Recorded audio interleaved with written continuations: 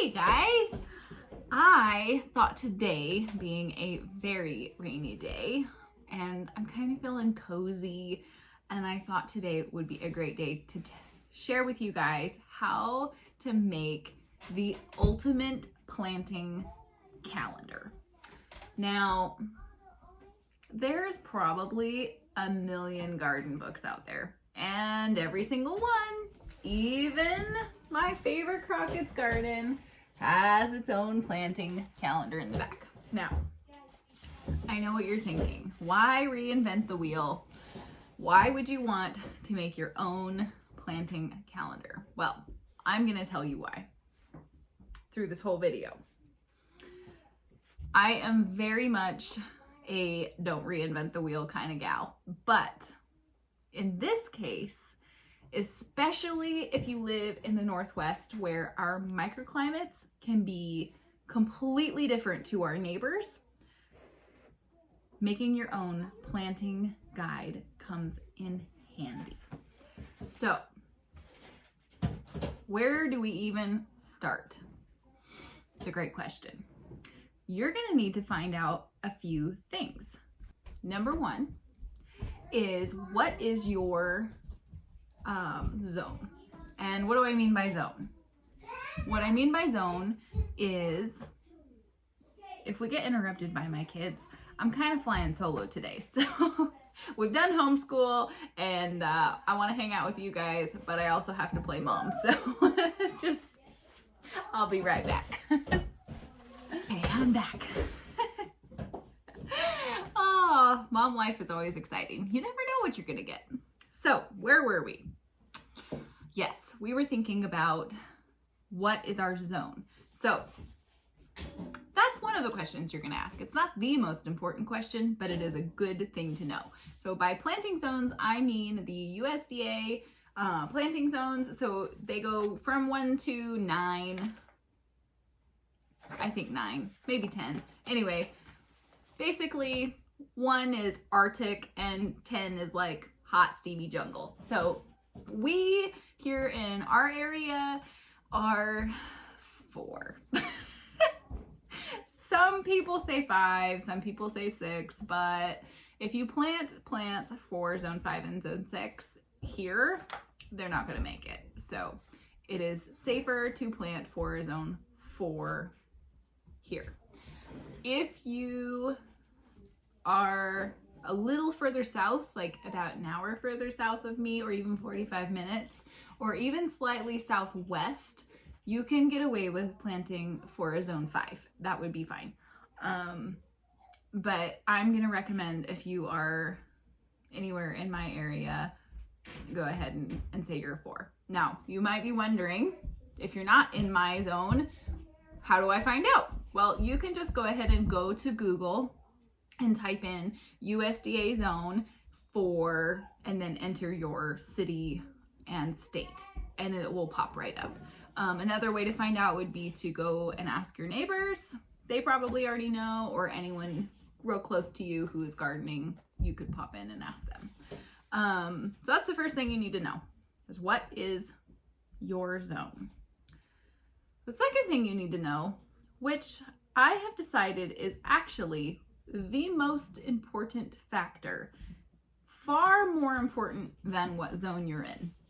Now, the zone is going to say, you can plant this tree, our winter temperatures are going to go to this low temperature, you know, so like ours is about -20. We haven't gone below -20 that I know of, at least since I've been gardening. So they're going to tell you this tree will survive till that temperature, and then after that it's, you know, not going to do very well. But the reason that doesn't matter is because it doesn't really include your frost dates. Now, a frost date, you've got 2 of them. One is going to be your very last expected frost date in the spring, and then your very first frost date in the fall. So what day are you going to get a frost in the fall? Now, that's a tricky question. Yes, you can go to Google and it will give you a rough idea. But if you live in an area like I do and have microclimates everywhere, that can change. My frost dates for this farm last year was June 24th till about August 18th. That's not a very long garden season. And that is why I recommend making a garden journal. If you are wondering what I'm talking about for a garden journal, I'll go ahead and link the card for you up in the top, and you can watch my garden planning video part 4 and 5. And I talk all about why garden journals are a great idea. But in this particular case, making a garden journal and keeping track of your frost dates is a great idea.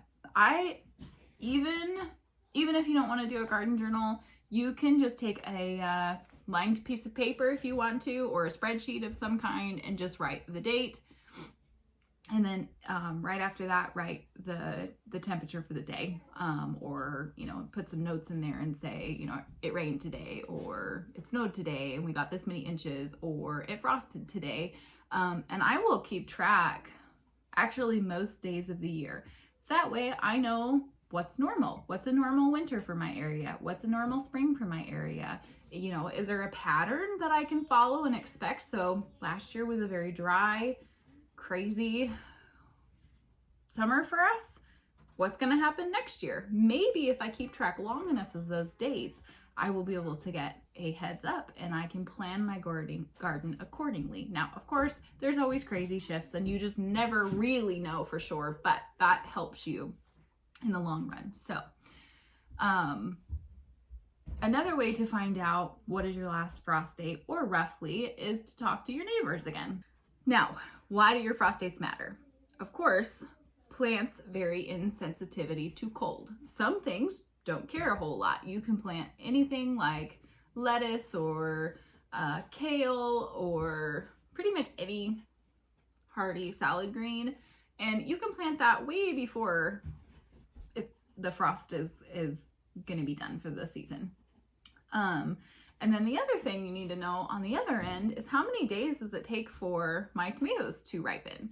And if you can't get them to ripen before your first frost date, which is a notorious problem in my garden, you may not want to grow that crop. You may want to choose something else that might be a little easier, or just things to think about. I'm going to talk to you today about how to build out your own planting calendar. So let's get to it. This book is how I started my own planting calendar. This book is actually a whole zone-ish, maybe a little bit more warmer than we are. And they do talk about frost dates, but they're not super accurate. This is kind of an older book, so there's been a lot more information put out, especially by the USDA, on zones. And so anyway, there's a lot more information, but I'm going to show you this one just because it's very easy to follow along and kind of get the idea. So basically, I know it's going to be hard for you to read, but I'll put it up here anyway. So it tells you the zone, and then it tells you the planting range for which vegetable, and it lists all the vegetables down here, and then when you can plant them all. And you don't have to plant everything on one day. You can spread it out. So like lettuce, you could plant lettuce every couple of weeks, and you could have a fresh crop going every several weeks instead of all your lettuce being ripe all at one time. So that's what this talks about. So here's my zone technically, and they say his zone is here in 5, but really I think it's a little different than that. But so all I did was, when I first started planting, I would look at the book 1 month later. So if he was in March and he said, okay, you can plant these things in March in the ground, then I would actually read that in April instead of in March and do what it said to do in March, but only in April here. So I did that for a long time. And then I thought, why am I doing it this way? This is kind of tricky. Sometimes you get mixed up and you're like, oh wait, which month was I on?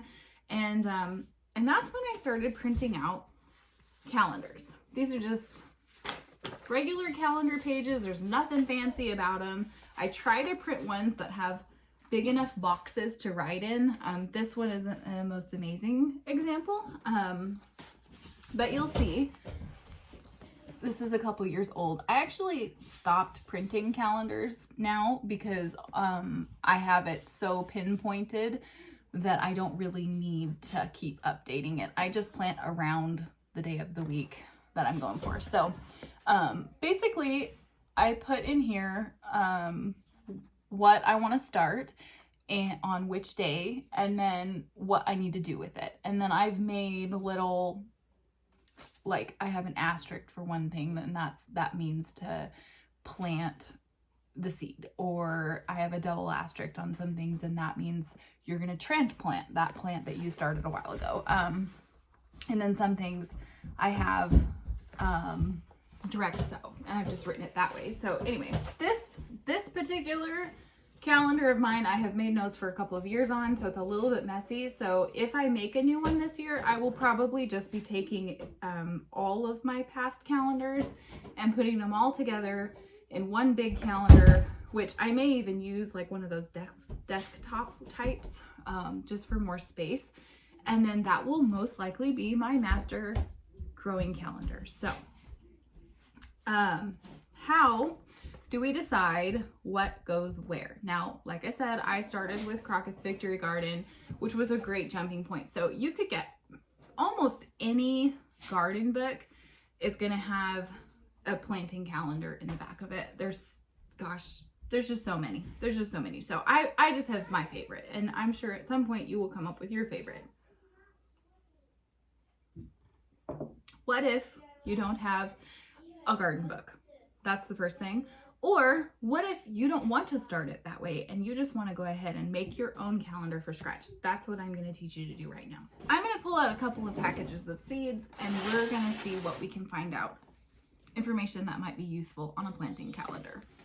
So I'm going to pull out basil, cilantro, nasturtium, and how about rosemary? Lastly, I'm going to pull out sunflower seeds. So I've chosen these particular seeds to share with you today because they all require something different. Let's take basil, for example. Basil is a tender perennial grown as an annual. So that means that a perennial means it will come back year after year. However, it's tender, meaning in our cold climate, it's not going to come back. And this particular one is not even going to reseed. So that means you plant it at the beginning of the season and you harvest everything you can off of it because it's going to die as soon as it gets a hard frost. So this says start seeds indoors in early spring. Not a whole lot of details. Okay, so we've got that one. Cilantro. Now, cilantro is also an annual, but in our climate, it does self-sow, which means you can make a nice little patch of it and it will come back year after year. And it can handle a little bit of frost. So this says direct seed where plants are to grow, which means you're going to plant them in the ground where you want them to stay for the season. Interesting. Here's another one. Now this is also a tender perennial, but it grows much more slowly than basil. And if you bring it in, you can overwinter this pretty successfully. This says to cover a tray with plastic wrap and keep it in a very warm place. And it doesn't seed very well. So it means sow it thickly. Okay, so that's some different information we didn't have before. Okay. All right, we've gained a helper. Okay, Maggie, what are these? Violets. Ooh, very close. That's a good guess. These are nasturtiums. Nasturtiums are also an annual. And this packet says to start indoors. This is nice information. 4 to 8 weeks early. So before your last frost, or you can plant them. Those are peas. Nope, that's rosemary. That's an herb. Mm-hmm. And flowers. Yeah, that's cilantro. That's right. Mm-hmm. We like that on our fish tacos. And leaves. Basil. Purple leaves. Yeah, aren't they beautiful? Mm-hmm. Okay, so this says to start What indoors. is this? Okay, if you're gonna be in here, you can't interrupt What mommy. is this? Sunflower. Oh, Okay, sunflower. but if you're gonna be down here with Okay. me, then you can't interrupt. Okay. Can I Okay. show you my drawing? What? Can I show you my drawing? Yeah. This is my house Oh dream. wow, that looks awesome, buddy. Good job. I Okay, made that. go back upstairs for a little bit. No, I'll make lunch when I'm all done. Okay. I love you. And you have to approve me with my tongue. Yes.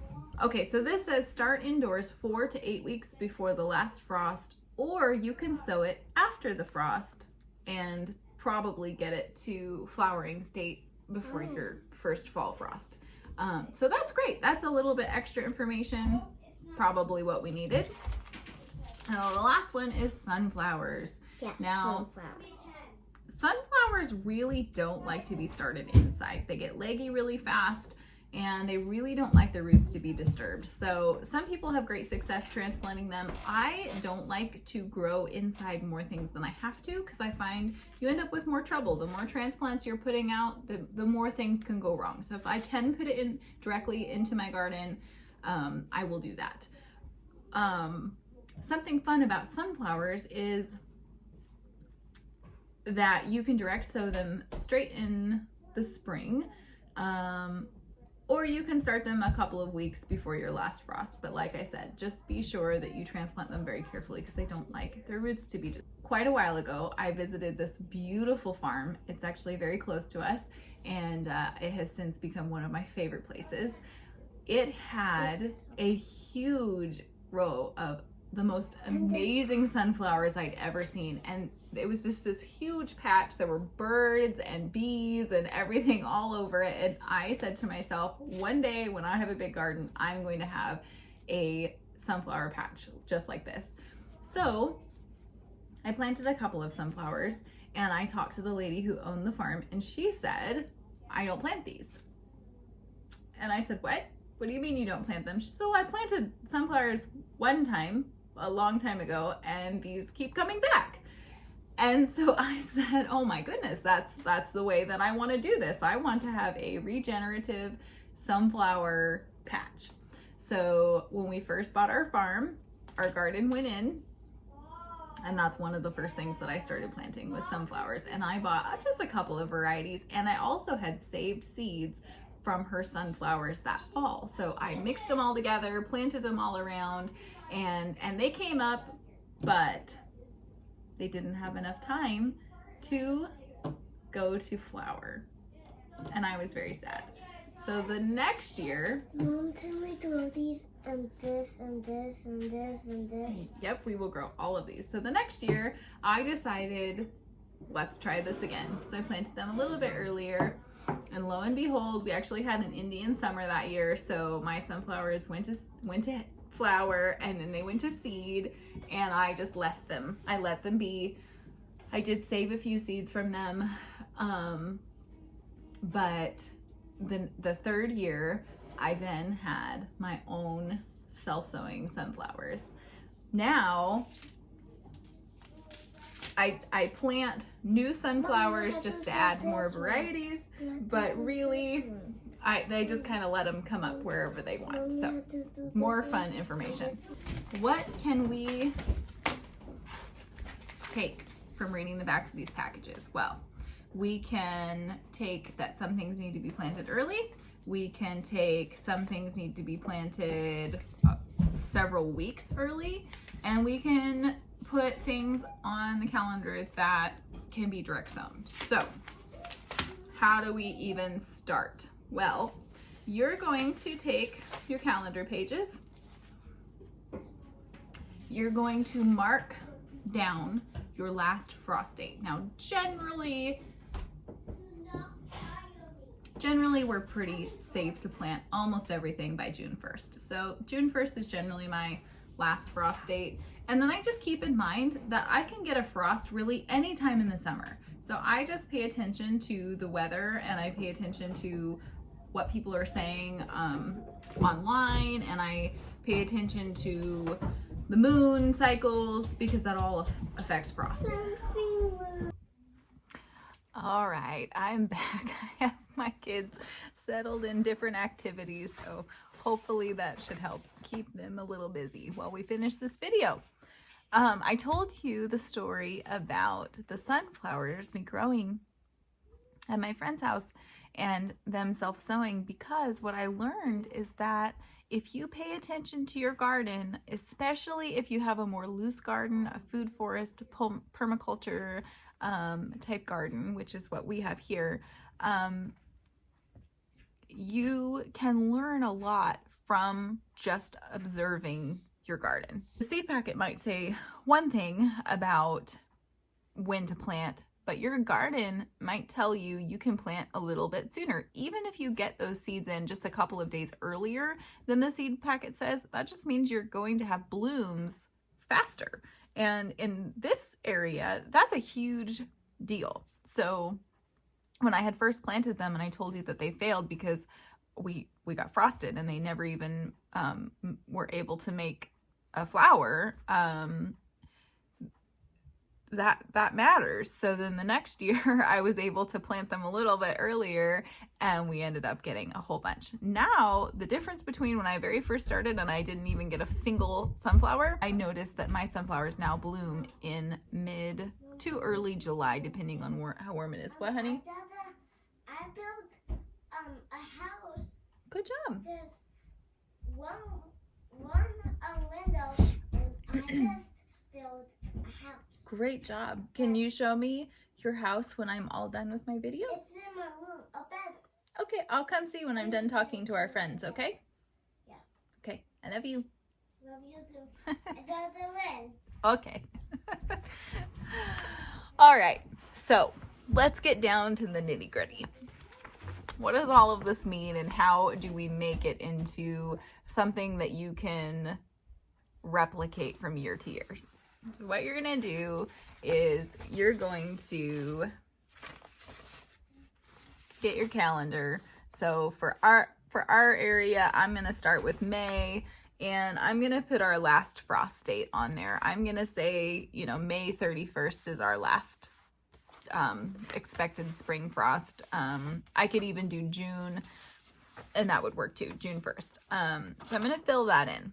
And then I'm also going to go and find a calendar that is for, let's say, September, because that's September or August, whichever you choose. And I'm going to put in my first expected fall frost date. Now, yours is going to vary. It could vary a lot. If you're, somewhere much warmer, then, you may have a last frost date that's clear up in April and a first frost date for the fall in October or even November.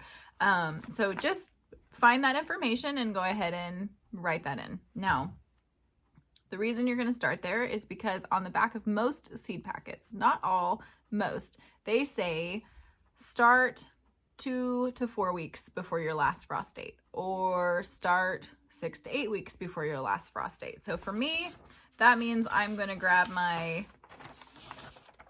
April calendar, and somewhere mid-April, I'm going to start planting most of my seedlings, my inside seedlings. And so I'm just going to go through each packet of seeds I've chosen, and I'm going to fill it in according to that. So that's kind of a great starting point. After that, I'm going to fill in things that I know grow well in my area, and this is how your calendar is going to change from year to year. Now, I don't really add a whole lot anymore because I start so many things, and now I found that things like herbs or flowers can fall into multiple categories, and I just happen to have done it long enough that I know what those categories are. But if you're starting from square one, this year you're going to start by adding what it says on the seed packet. Next year you can add new information like, oh, I noticed my sunflowers came up 2 weeks early compared to what the seed packet said. And so then you can fill that new information in on a completely new calendar and just kind of start changing it and molding it for your exact location. Now, if you move, you can just start all the way at square one and build out a new calendar. Let's see. Oh, so the first thing you're going to put in is your frost dates. The second thing you're going to put on your calendar is the information on the back of the seed packet to when you're going to start. The third piece of information you're going to put in is if you're going to have multiple plantings of the same plant. So if you have lettuce, for example, and you're going to plant it one time at your very first available date, then you're going to go a week or 2 weeks, depending on how much lettuce your family consumes, and you're going to put in another date. And then 2 weeks after that, you're going to put in another date. And then 2 more weeks after that, another date. So, there's lots of things that you can continuously plant through the whole season. And what that's going to do is it's going to spread out your harvest dates. So you're not overwhelmed with every single thing in your garden becoming ripe all at once. And then you as the gardener have to then harvest everything and process it, and then your garden's done. So you can spread that out over the entire season. And the longer you can spread that out on either end, the better off you are. A couple of other things you can add into your calendars are, if you have a greenhouse, you could then add on, which is why my calendar starts in February, is I do have a greenhouse and I do have hoop houses. And so I can plant my seeds for those things even sooner. If you do a lot of like cut flowers, which I do, and herbs, those can be started much earlier and you can take good care of them. They do pretty well as a house plant. And so you can start them sooner. We will definitely have several videos on planting seeds inside in our area. How you do it, what kind of soil medium do you want to use, what kind of lights I use. We'll have all of that kind of information coming up. But I wanted to start laying the foundation for having success in your gardens wherever you are, whether you're in a cold climate or a warm climate or a very, very hot climate. This is a great way to be able to learn your area, learn your land, and be able to have great success. Something else that I would recommend that I have learned about knowing your garden is the more time you spend outside all year round, the better you can then begin to feel. How does the air feel? How does it feel when it's raining? Does this rain feel cold? I can tell winter is gone by the air, by how the air feels. And I will not plant until that feeling has left the air. It's kind of a funny change that happens. And I can tell when spring is here. This is definitely spring. It has a different feel to it. And I can usually tell the same thing. Fall is coming. The nights feel different. The air feels different. Has a different smell to it. And that just helps me to be able to garden better in my area, on my farm. And you can do the same thing on your farm. So I encourage you to get outside, spend more time in your garden, and get your own planting calendar started this year. I hope you had a great time. I hope I didn't overwhelm you with too much information. I just get so excited talking about plants. Yeah, I hope that you guys have enjoyed this video. And if you'd like to know how to plan your garden, then I would love for you to subscribe. There's a video on that. Maybe you can watch that one next. And there's actually a 3-part series